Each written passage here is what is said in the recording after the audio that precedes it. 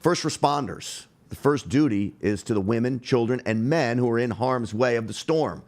They are not messing around with criminals who can't take responsibility for their crimes. That's why Sheriff Grady Judd of Polk County, Florida, is locking up anyone with a warrant who comes to a shelter. And he should. And I have no idea why the media is outraged over this. Sheriff, I applaud your efforts. Welcome to the program.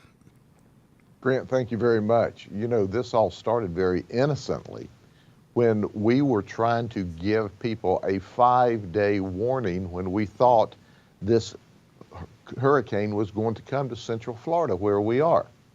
And what we wanted to do is reconfirm what the sexual predators and sexual child offenders already knew. They sign a series of papers that clearly points out that, hey, in the event of an emergency, you can't come to a shelter. Because after all, children that are in daycare this week very well may be in a shelter. And certainly you wouldn't let a sexual predator in your daycare to watch over them or to be with them. Well, we have the same attitude at a shelter because we want everyone to know that it's going to be very safe. Now, this is a very dangerous storm, and we were just trying to give them a heads up and give them 5 days in the event they had forgotten that they couldn't be there, give them 5 days to go ahead and make other plans. And then the issue came up, and the tweet was, and by the way, if you come to a shelter and you have a warrant, you'll be arrested. Well, think about this for a minute. That's what we do. We serve criminal warrants, and we arrest on criminal warrants. Whether we find you in a grocery store, on a traffic stop, at your house, no matter where you are, if you have an outstanding warrant, you get arrested. Well, it's important to understand that just because we have a storm, a hurricane, and you go to a shelter, you're not relieved from your responsibility, and we're not relieved from our statutory obligation.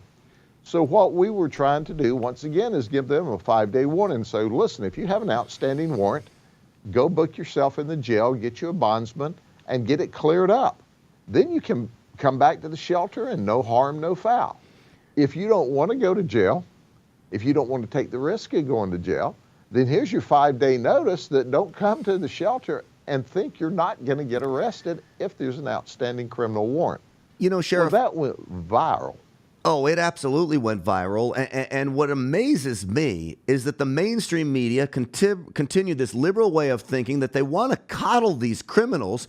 They were worried about the safety and security of rapists, thieves, robbers, sexual offenders over the good people who are seeking shelter in from the storm in someplace run by your county.